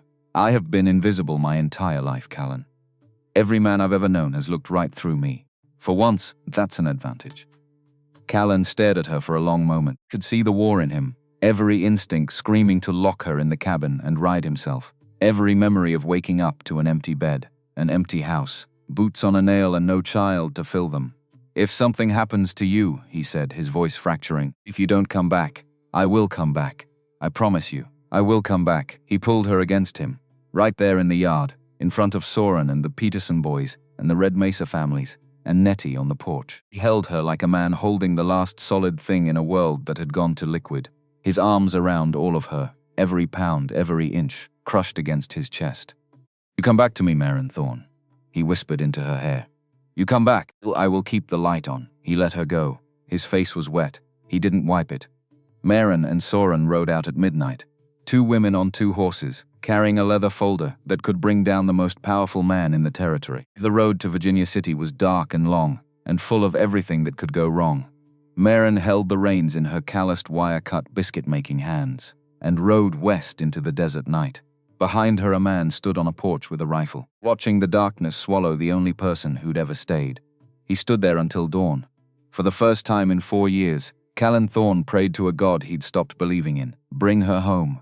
Please, just bring her home. The road to Virginia City was 80 miles of dark, 80 miles of dust and stars, and the kind of silence that made you hear your own blood moving. Maren rode Nettie's mule because the mule was sure-footed and didn't spook at shadows. Soren rode the borrowed mare, the leather folder strapped against her body under her coat. They didn't speak for the first hour. There was nothing to say that the dark didn't already know. It was Soren who broke first. My father used to say that fear is just excitement that forgot to breathe. Your father sounds like he was a wise man. He was a stubborn fool who wouldn't sell his land to a crook, and they killed him for it. Soren's voice was steady, but her hands were tight on the reins. 3 years I've been sitting in that house, telling myself he fell, telling myself the horse threw him, because the truth was too heavy to carry alone. You're not carrying it alone anymore. No, I'm not. They rode. The desert at night was a different creature than the desert by day. Cool air moving off the rocks, stars so bright they threw shadows. Maren's thighs ached from the saddle. She wasn't built for riding, and the mule's gait was rough enough to rattle her teeth. He kept her back straight and her eyes to see if 3 hours in, Soren pulled up short. Listen. Maren stopped. She heard it, hoofbeats behind them, moving fast. Off the road, Soren hissed. Into the wash, urged the animals off the packed dirt and down into a dry creek bed. The banks were steep enough to hide them if whoever was coming didn't look too hard. Maren slid off the mule and pressed her hand against its nose. Keeping it quiet, Soren did the same. The hoofbeats grew louder. 2 riders came past at a hard gallop, close enough that Maren could hear the creak of saddle leather and the heavy breathing of pushed horses. She caught a glimpse in the starlight. Cormac Rook's flat-brimmed hat, its rangy silhouette, Garrett's men riding hard toward Virginia City. They passed without slowing. The hoofbeats faded west. They're ahead of us now, Soren whispered. Between us and the marshal, Maren's mind raced. Rook and Pike knew the road. Knew Virginia City. If they got to the marshal's office first, they could set a watch. Intercept anyone carrying papers. Or worse, they could get to the marshal himself. Is there another way into town? Maren asked. Old mining road runs south through the hills and comes in from the backside. Adds 15 miles. Can we make it by morning? If we ride hard and don't stop, then we ride hard. They turned south. The mining road was rougher, filled with old wagon tracks and littered with loose rock. The mule stumbled twice. Maren's knees screamed. She gripped the saddle horn and held on. Soren rode ahead, sure and fast. A woman who had spent 3 years waiting for this night and intended to see it through. 10 miles down the mining road, Soren pulled up short again. Listen. Maren heard it. Hoofbeats behind them. Multiple horses. Coming fast, Garrett knows, Soren said, and must have checked his safe. So it was open. They pushed the horses harder, but the animals were already exhausted from 80 miles of riding, and the horses behind them were fresh. The gap closed. Maren looked back, 4 riders, mist cloud rising in the dawnlight, too far to see faces clearly, close enough to know they meant violence. Split up, Maren said. You go east toward the mining camps. I'll lead them west. We meet in Virginia City. I'm not leaving you. You have the folder. It's what matters. If they catch me, I'm just a woman on a mule who got lost. You're Charlie Vale's daughter, carrying murder evidence. Go, Soren's jaw tightened. She knew Maren was right. She yanked her horse hard right, rode east into the scrub brush. Disappearing into the gray pre-dawn, Maren kept north on the main road. Obvious, loud drawing attention like a lantern in darkness. The riders behind her split. 2 peeled off after Soren. 2 stayed on Maren. She rode the mule, was tough but slow. For endurance, not speed. The horses behind her gained ground. She could hear them now, shouting, cursing. Stop! In the name of Judge Garrett, Maren didn't stop. She leaned forward over the mule's neck, kicked its flanks, urged it faster. Trooped into flat hardpan. No cover, no trees. Now where to hide? One of the riders closed the distance. She looked back. Cormac Rook, his face twisted with rage. Gun drawn. I said stop, woman. She didn't stop. Rook raised his pistol, fired. Bullet cracked past her head. So close she felt the air split. Felt the heat of it on her cheek like a brand. The mule shied, nearly through her. She grabbed the saddle horn with both hands. Held on. She thought about Callan on the porch, standing, with his rifle through the night waiting for her to come home. She thought about Briar's boots hanging on the nail. She thought about Frank's ledger, with the blank space where her name should have been. And she thought, not today. Not like this. Didn't come 800 miles and push a stagecoach out of mud and dig a root cellar with my own hands, just to die in the dirt for a corrupt judge's greed. I didn't survive 26 years of invisible, just to disappear into dust now. Yanked the mule hard left. Off the road. Into a ravine. The wash was narrow. Steep-sided, rocky bottom, scattered with boulders. Rook's horse balked at the edge, too wide through the chest. Too tall, it couldn't follow down the narrow path. She heard Rook cursing behind her. The sound of his horse screaming as he tried to force it down. She rode 3 miles through the ravine, the mule picking through rocks with the sure-footedness of a creature born to this terrain. Behind her, nothing but silence. She'd lost him. The ravine opened onto a plateau. She could see Virginia City in the distance. 10 miles, maybe less. The sun was rising, painting the desert gold. She rode. The second rider, Pike, appeared on the ridge to her right. He'd circled around. Hit her off. He raised his rifle. Maren kicked the mule. It lurched forward into a stumbling gallop. Pike fired. The bullet hit rock 5 feet to her left. Sparked, ricocheted off stone with a whining scream. She bent low over the mule's neck, made herself small, made herself a harder target. Pike fired again. The bullet went wide. She rode into a stand of scrub pine, weaving between trees, branches whipping at her face. Pike followed. But his horse was bigger, slower through the tight spaces. Crashed through brush where the mule slipped between gaps like water. She broke through the tree line onto open ground. Virginia City dead ahead, 2 miles. Pike was still behind her. But falling back, his horse laboring, winded from the chase. Rode into the outskirts of town at mid-morning, covered in dust, shaking every muscle in her body, screaming. Blood on her sleeve from a branch that had cut her arm. But alive, she was alive. She tied the mule behind the livery stable. Her legs nearly gave out when she dismounted. Soren was already there waiting. The canvas folder clutched against her chest like a shield. You made it, Soren breathed. Barely. They shot at me. Rook. Pike. Both of them. Soren's face went white. You hurt? No. Just scratched from the trees. But they meant to kill me, Soren. If I'd been slower. The mule had stumbled. She stopped. Took a breath. We need to finish this now. Before they regroup, they looked at each other. 2 women who had just outrun hired killers, who had ridden through darkness and survived gunfire, who carried evidence that could topple a kingdom built on blood and lies. Let's go end this, Maren said. She straightened her dress, smoothed her hair, the dust from her face as best she could. Soren handed her the folder. They walked out from behind the livery, onto Congress Street. 2 women, one large and covered in trail dust. One thin and burning with 3 years of buried grief. Nobody looked at them. A large woman and a ranch girl, walking with purpose through morning traffic. Invisible. Just as they needed to be. The federal marshal's office was a squat adobe building with the United States flag hanging limp in the still morning air. A deputy sat on the porch picking his teeth. Maren walked up steps. "I need to see the marshal." The deputy looked at her with the blank disinterest of a man who had been asked for things all morning by people he didn't care about. "Marshal Kellam's in court. When will he be back?" "Couldn't say. Could be an hour. Could be all day." "I'll wait." She sat on the bench outside the office. Soren sat beside her. They held the folder between them. Maren's hands were steady on the outside. Her heart was not. An hour passed. She watched the street, watched for Rook's flat-brimmed hat, Pike's rangy frame. Nothing. Maybe they'd lost them completely. Maybe they were still searching the hills. The sun climbed, the heat built. A man walked up the steps, tall, lean, with a silver star on his vest and a face that looked like it had been carved from the same rock as the territory itself. He had gray hair and blue eyes that missed nothing. "You waiting for me?" he asked. "Marshal Kellam?" "That's right." Maren stood. "My name is Maren Thorne. My husband is Callan Thorne of Copper Ridge. We have documents that prove Judge Ruthven Garrett has been murdering homesteaders and bribing territorial officials to steal their land." Kellam looked at her for a long moment, at the dust covering her dress, at the blood on her sleeve, at the exhaustion in her eyes. He looked at the folder. He looked at the street behind her. Then he opened the door to his office. "Come inside, Mrs. Thorne." Rode home. The return trip took 12 hours. Maren was so exhausted she tied herself to the saddle with a belt to keep from falling off the mule. Soren rode beside her, one hand on Maren's arm when the trail got rough, holding her steady. He came over the last ridge at sunset.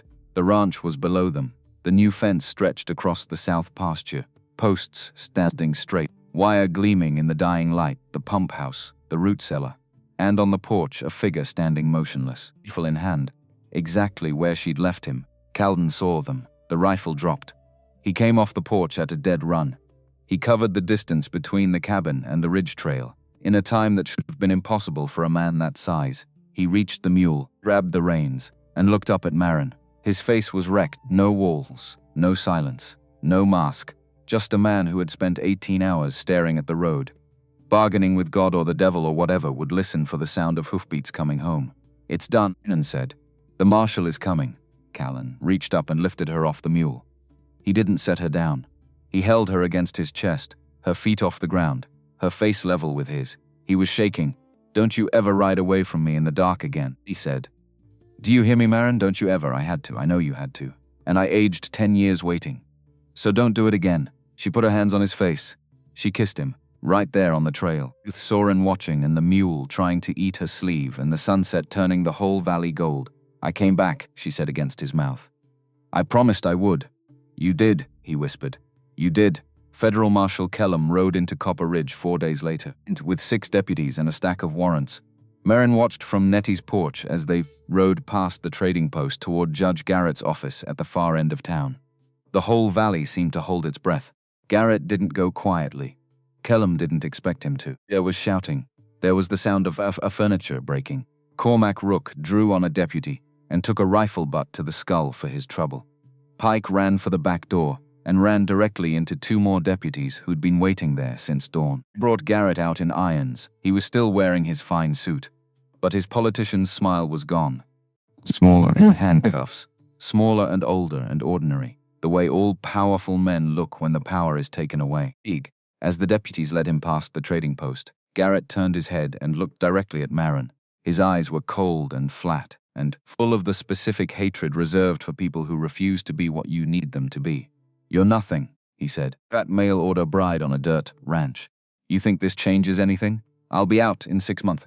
Lawyers, appeals, money talks, Mrs. Thorne." Maren looked at him. She thought about Frank's ledger, about Lily's side door, about 40 people laughing while she knelt on a saloon floor. She thought about every man who had ever looked at her and seen nothing. "Maybe," she said. "But right now you're walking and I'm standing, and my name is on a deed and yours is on a warrant. So I'd say things have changed plenty." Soren Vale stepped out of the crowd. She stood in front of Garrett. She didn't speak. She just looked at him, the steady burning gaze of a woman who had finally buried her father, with the truth on his headstone instead of a lie.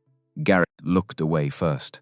The inspection happened on September 1st as scheduled. The territorial inspector, a new one sent from Washington after the original was arrested for accepting bribes, rode up to the Thorne Ranch on a bay horse with a clipboard and a pair of spectacles that kept sliding down his nose. He walked the fence line, inspected the pump house, the well, the root cellar. He counted cattle. He examined the cabin, the garden, the improvements. He asked Maren about the operation. She showed him the books she'd been keeping, every improvement logged and dated in her neat handwriting. He asked Callan about the land. Callan spoke more than Maren had ever heard him speak. He talked about the soil, the water table, the grazing patterns, the timber in the hills. He talked about the copper, openly and honestly, and said he had no intention of mining it. He intended to ranch. This was his home. The inspector made notes. He adjusted his spectacles. He signed the deed certification on the kitchen table with Maren's good pen. Congratulations, Mr. and Mrs. Thorne. The homestead grant is approved. This land is yours. Free and clear. Callan took the paper. He held it in both hands and stared at it like a man reading a letter from the dead. When he looked up, his eyes were bright. Thank you, he said. The inspector left Callan and Maren stood on the porch. He held the deed. She held his arm. Biscuit lay at their feet, thumping his tail at nothing. It's, Callan said. It's ours. He turned to her. He set the deed down on the porch rail, took both her hands. I need to tell you something. The night you rode to Virginia City, the 18 hours you were gone, I sat on this porch and I talked out loud to nobody. For the first time in 4 years I couldn't stop talking. Maren's eyes filled. I told the dark about you. I told it about the way you cook cornbread and how you argue with the mule, and how you dug a root cellar with a pickaxe and laughed at the bottom of it. I told it about the way you held my hands during the panic and how you smell like sage, and how when you walked into my cabin, something inside me that had been dead for 4 years started breathing again. He paused. I am not a man who knows how to say things. I have been silent for so long that words feel like foreign objects in my mouth. But I need to say this, and I need you to hear it. I'm listening. I love you, Maren. I love every pound of you. I love the parts of you that the world told you to be ashamed of. I love the weight of you beside me in the morning and the sound of you breathing at night. I love that you walked into a blizzard of a life and refused to leave. I love that you are the heaviest, strongest, most stubborn, most beautiful thing that has ever set foot on this mountain. And I am done being silent about it. Maren pulled her hands free. She grabbed the front of his shirt with both fists and pulled him down to her. She kissed him hard. Hard enough that his hat fell off. Hard enough that Biscuit barked. Hard enough that Tom Peterson, who was riding past on his way home, whooped and hollered from the road. I love you too, she said. And I'm still not going anywhere. Months later, a letter arrived at the Copper Ridge trading post. Nettie brought it up to the ranch on her mule, holding it like it was made of glass. It was addressed to Callan Thorne. The return address was a church mission in Sacramento, California. Ian handed it to Callan. His hand shook so badly he couldn't open it. She opened it for him. He read it standing on the porch. Maren watched his face. She watched the words hit him one at a time, each one landing somewhere deep. His jaw worked. His chest heaved. His eyes went wide. Then wet, then blind with tears. Callan. What does it say? He couldn't speak. He handed her the letter. Dear Mr. Thorne, my name is Sister Catherine of St. Vincent's Orphanage in Sacramento. I am writing in response to a letter we received 4 weeks ago. The letter did not come from you. It came from a child at our orphanage, a girl of 8 named Briar. 3 months ago, Briar asked permission to learn her letters. She has been practicing with our mission's primers every afternoon, teaching herself to read and write with a determination I have rarely seen in one so young. When I asked why she wanted to learn, she said, so I can find my papa. 2 weeks ago, she brought me a letter she had written. Her spelling was imperfect, but her meaning was clear. My name is Briar Thorne. My papa is Callan Thorne. He was a blacksmith in Montana. Our house burned. Aunt Helen said he died. But I don't think she was right. I think he's still there. Can you help me find him? I wrote to the Territorial Land Office in Helena. They informed me that a Callan Thorne filed a homestead claim in Copper Ridge, Montana Territory, 4 years ago. The description matched the man Briar described. Mr. Thorne, if you are indeed this child's father, if you survived that fire, then I write to inform you that your daughter has never stopped believing you were alive. The woman who brought Briar to us in late 1873 was her aunt, Helen Pritchard. She arrived at our mission weeping, holding the girl's hand. She told us there had been a terrible fire, that both parents had perished, that she could not care for a child, but wanted Briar somewhere safe. She left us $50 for Briar's keep and disappeared. Briar did not speak for 6 months after she arrived. When she finally did, the first thing she said was, "My papa isn't dead. I would know if he was dead. She has been waiting at the mission gate every afternoon since she sent her letter. She is convinced that you will come. Mr. Thorne, please come quickly." Whether to confirm her hope or end her waiting, she deserves to know the truth. A child should not spend 4 years believing in a ghost. Unless that ghost is real. Yours in faith, Little Sister Catherine, St. Vincent's Orphanage, Sacramento, California. Looked up from the letter. Callan was gripping the porch rail with both hands, his head bowed, his shoulders heaving. The sounds coming from him weren't sobs, but deeper than that. They were the sounds of a man being rebuilt from the inside out. Maren put her hand on his back. She felt the earthquake in him. She held steady. She didn't give up, Callan whispered. 4 years. And she didn't give up. "She's your daughter," Maren said. "Stubborn runs in the family." He turned to her. His face was a ruin of tears and hope, and something so raw it didn't have a name. She taught herself to write. "To find me." She kept the faith. "The same way you kept those boots." He took Maren's face in his hands.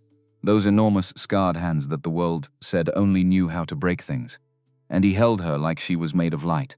"You did this," he whispered. "You wrote those inquiry letters. You gave her a way to answer. Just opened the door." She walked through it herself. He pulled her close. He held her the way he held everything now, completely. Without reservation. With all the strength he'd spent 4 years using to push the world away. Now turned inward, toward the woman who had walked into his silence and filled it with cornbread and courage, and the stubborn, unbending refusal to be invisible. "We're going to Sacramento," she said. "She's alive, and she found me. She never stopped looking. Just like you never stopped waiting." They left for Sacramento on a Tuesday. Nettie watched the ranch. The Peterson boys tended the cattle. Soren Vale fed the chickens. The train ride took 2 days. Callan sat by the window holding Maren's hand, watching the desert give way to mountains, give way to green valleys he hadn't seen in years. He didn't speak much, but he held her hand the entire time. And sometimes he'd squeeze it, and she'd squeeze back, and that was enough. St. Vincent's Orphanage was a white building with a red tile roof. Sister Catherine met them at the gate. She was a small woman with kind eyes and the calm demeanor of someone who had seen every kind of human wreckage and still believed in repair. "Mr. Thorne?" "Yes, ma'am. She's in the garden. She knows you're coming. She's been asking since we told her yesterday." Sister Catherine looked at Maren. "And you must be his wife." "I am. She asks about you too. She wants to know if her new mother is kind." Maren's breath caught. He looked at Callan. He was trembling. "Go," Maren said. "I'm right behind you." Callan walked through the gate. He crossed the courtyard. He turned the corner into the garden. A girl was sitting on a wooden bench under a fig tree. She was small and thin, with dark hair braided down her back and dark eyes that were too old for 8. She was holding a rag doll, and her feet didn't touch the ground. She looked up. She saw Callan. Her eyes went wide. "Papa?" The word broke him open like a dam, like a door, like the sky breaking after a 4-year drought. He dropped to his knees in the dirt. He opened his arms. But Briar didn't move. She sat on the bench, staring at him, her small hands gripping the doll. "Papa?" Her voice was uncertain. Scared, Callan's arms dropped. "Yes, it's me. It's Papa. You look different. You have a beard now. And scars. Fire does that. But it's still me." Briar tilted her head, studying him, like a bird trying to decide if it's safe to land. "Aunt Helen said you didn't want me anymore. She said you were glad we left." Callan's face crumpled. No, baby. Never. I looked for you for 2 years. Every town, every mission, every orphanage. I never stopped looking. Even when I couldn't find you, I stayed at the ranch, because that's where you knew I lived, in case you came back. I never stopped waiting." Briar's eyes filled with tears. "But she still didn't move. Why didn't you come sooner?" "Because I didn't know where you were. Aunt Helen took you, and I couldn't find you. But I never stopped trying, and I never stopped loving you." Briar's small hand tightened on the ragdoll. Her voice was barely a whisper. "I wrote a letter to the land office in Helena." Callan's breath stopped. "Sister Catherine helped me learn the words. I practiced every day for 3 months. I told them my papa was Callan Thorne, and he was a blacksmith, and I knew he wasn't dead because I could feel it. In here," she pressed her small fist against her chest, over her heart. "Aunt Helen said you died in the fire." She cried and cried when she told me. "But every night before I went to sleep, I thought about you really hard. And if you were dead, I wouldn't be able to think about you that much. That's how I knew." Callan's throat closed. His chest felt like something was breaking open inside it. Ribs cracking, heart splitting. 4 years of silence shattering all at once. His daughter had been calling to him across 800 miles of desert and mountain, and he had heard her.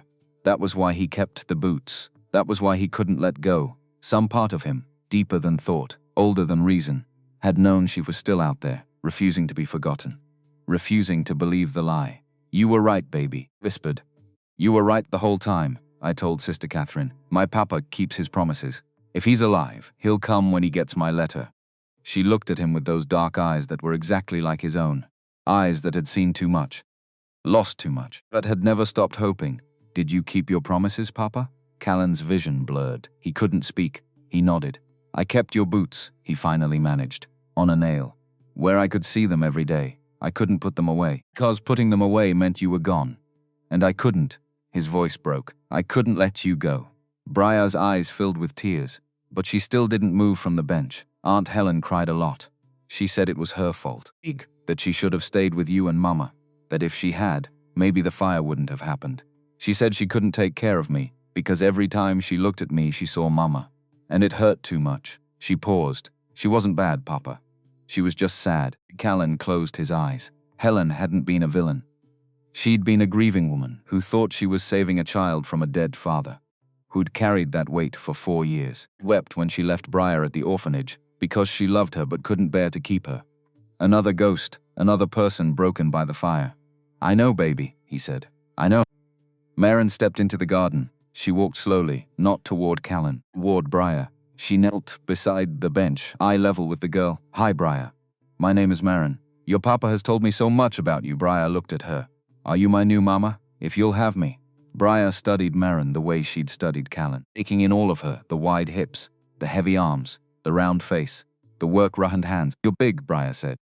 Maren laughed through her tears. "I am." Aunt Helen said big was bad. "Big means I can carry you when you're tired, hug you when you're sad, and stand between you and anyone who tries to hurt you.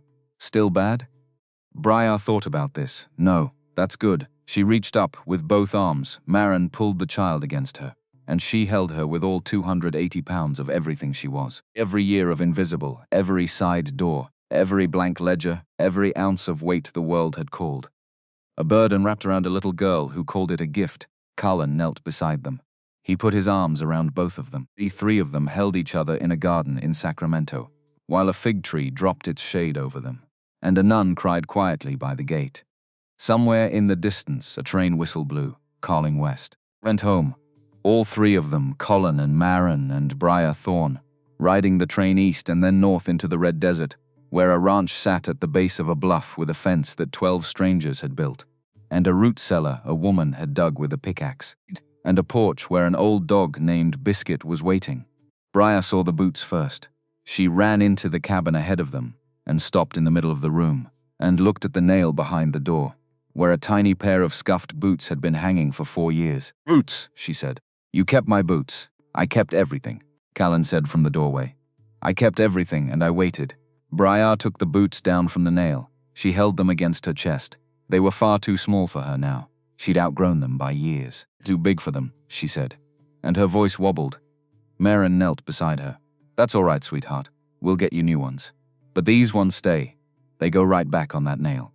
Because they're not just boots. They're a promise your father made to keep the light on until you came home."